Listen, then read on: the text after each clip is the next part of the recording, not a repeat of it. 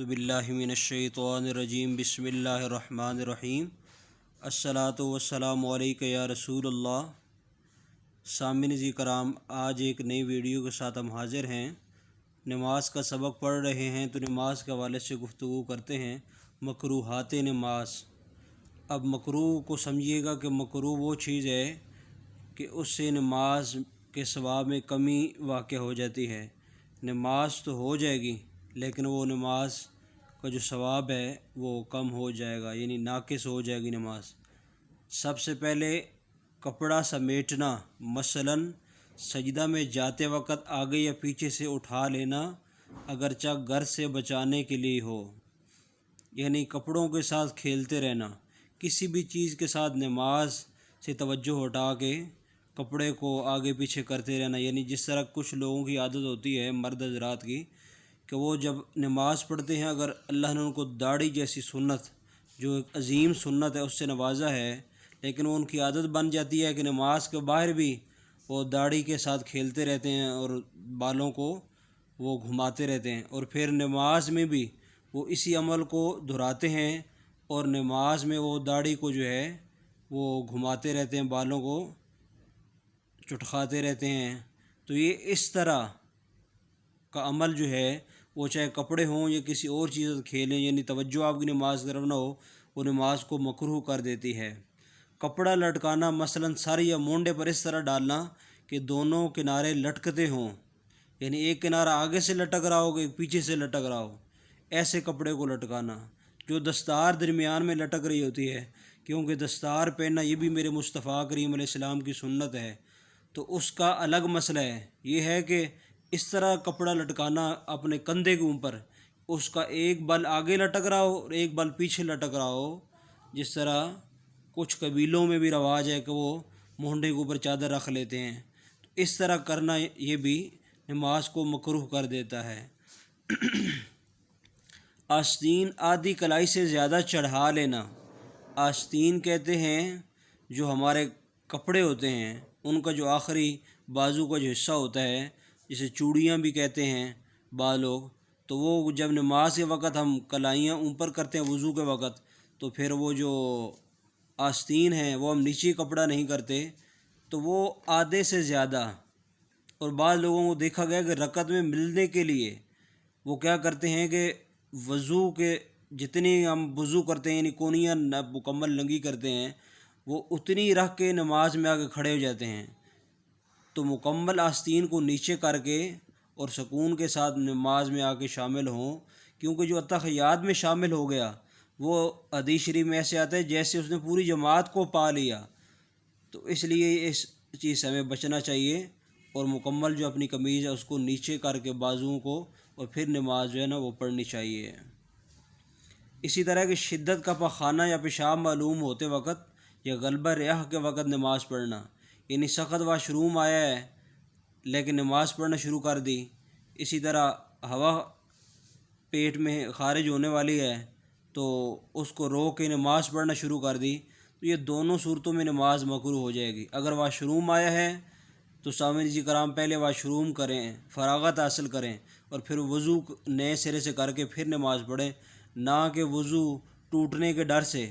خاص کر یہ عمل سردیوں میں لوگ کرتے ہیں کہ اب ہم واش روم میں جائیں گے تو وضو ٹوٹ جائے گا، لہذا جلدی جلدی نماز پڑھ لیں، اور پھر بعد میں کئی لوگوں کو دیکھا جاتا ہے کہ جب مسجد سے نکل رہے ہوتے ہیں تو جلدی سے نماز پڑھی، اور مسجد سے نکلتے وقت واش روم جو ہے نا وہ کر کے پھر مسجد سے باہر نکل گیا۔ اس طرح عمل کرنا بھی یہ شرعاً درست نہیں، اور نماز میں ثواب کی کمی کے باعث ہے۔ آگے لکھا گیا ہے کہ انگلیاں چٹخانا، یعنی انگلیوں کو جو پٹاخے ہم نماز میں نکالتے ہیں، یہ انگلیوں کے پٹاخے نکالنا یہ بھی شرعاً نماز کے اندر جائز نہیں ہے۔ انگلی کی کینچی باندھنا، یعنی ایک ہاتھ انگلیاں دوسری انگلیوں میں ڈالنا، یہ بھی شرعاً جائز نہیں ہے۔ ادھر ادھر منہ پھیر کر دیکھنا، یعنی کئی لوگوں کی عادت ہوتی ہے کہ جب نماز پڑھ رہے ہوتے ہیں تو وہ کبھی سامنے کبھی سائڈ پہ کانی کانی آنکھوں سے، جسے کہتے ہیں کہ وہ کانی کانی آنکھوں سے کبھی ادھر دیکھتے ہیں کبھی ادھر دیکھتے ہیں، اس طرح کانی کانی آنکھوں سے دیکھنا یہ بھی نماز کو مکروہ کر دیتا ہے۔ اور کئی لوگوں کی عادت ہوتی ہے کہ بالکل سامنے دیکھتے ہیں، حالانکہ سنت کیا ہے پیارے دوستو؟ سنت یہ ہے کہ ہم نیچے زمین کے اوپر یعنی جہاں ہم نے سجدہ کرنا ہے وہاں ہماری نظر ہونی چاہیے، لیکن افسوس مسلمان بھائی نے ان چیزوں کو سیکھا نہیں اور نماز تو پڑھ رہا ہے لیکن اس کی نگاہ جو ہے وہ سامنے دیوار پہ ٹکی ہوئی ہے، تو اس سے بھی ہمیں بچنا چاہیے۔ جس کپڑے پر جاندار کی تصویر اسے پہن کر نماز پڑھنا یہ بھی نماز کو مکروہ کر دیتا ہے۔ ہاں، اس میں یہ بات واضح کر دوں کہ اگر وہ بنین نیچے پہنی اوپر دوسری قمیض ہے تو اس میں کوئی حرج نہیں۔ نمازی کے آگے دائیں بائیں یا سر پر تصویر کا ہونا، تصویر میں بھی یہ بات واضح کر دوں کہ تصویر بھی جاندار کی ہو، یعنی کسی انسان کی ہو، کسی جانور کی، اگر وہ تصویر کسی پہاڑ کی ہے، کسی درخت کی ہے، جس طرح کمروں میں سینریاں لگی ہوتی ہیں اکثر، تو اس سے نماز میں کوئی حرج نہیں آئے گا۔ الٹا قرآن مجید پڑھنا یعنی آیت کو آگے سے پیچھے کی طرح پڑھنا یہ بھی نماز کو مکروہ کر دیتا ہے۔ امام سے پہلے مقتدی کا رکوع سجود وغیرہ میں جانا، اب یہ بھی بہت بڑی مسلمانوں میں خامی ہے، کیونکہ ہمارا ویڈیو بنانے کا مقصد یہ ہے کہ لوگوں کی نماز جو ہے وہ درست ہو جائے، جو ہمارے مسلمان بھائیوں میں خامی ہیں وہ دور ہو جائیں۔ تو اللہ کرے ہماری یہ ویڈیو کا جو مقصد ہے وہ پورا ہو جائے کہ لوگ اپنی نماز کو درست کر لیں، اور لوگ امام سے پہلے ہی جیسے امام اللہ کرتا ہے تو اللہ اکبر ان رکوع میں پورے پہنچے ہوئے ہوتے ہیں، تو امام جب کہے اللہ اکبر پورا کہے تو پھر آپ امام کے پیچھے جو ہے وہ رکوع و سجود کریں۔ دوسرا، قبر کے سامنے نماز پڑھنا۔ ہاں، قبر کے سامنے نماز اگر اس میں کوئی چیز حائل ہے تو پھر تو کوئی حرج نہیں، لیکن اگر کوئی چیز حائل نہیں تو پھر نماز کے قبر کے سامنے نماز پڑھنا مکروہ ہے۔ اگر بقدر سترہ کوئی چیز حائل ہو تو مکروہ نہیں، اور اگر قبر دائیں بائیں ہے تو پھر تو کچھ کراہت ہی نہیں۔ اب سترہ اس لکڑی کو کہتے ہیں جو نماز پڑھنے کے لیے سامنے رکھا جاتا ہے۔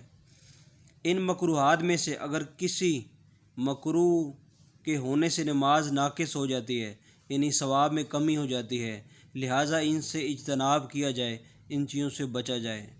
دوستو، اگر آپ کو کسی بات کی ہماری سمجھ نہیں آتی، ماشاءاللہ تقریباً ہزاروں لوگ جو ہے ہماری ویڈیو کو دیکھ رہے ہیں، اگر آپ کو ہماری باتوں کی کوئی سمجھ نہیں آتی تو آپ ہمیں سوال بھی کر سکتے ہیں، اور اگر ہماری ویڈیو اچھی لگتی ہے تو یہ خود بھی سنیں اور اس پر عمل کریں، اور اپنے اچھے پیارے دوستوں کے ساتھ ہماری ویڈیو کو شیئر بھی کریں۔ شکریہ۔ السلام علیکم ورحمۃ اللہ۔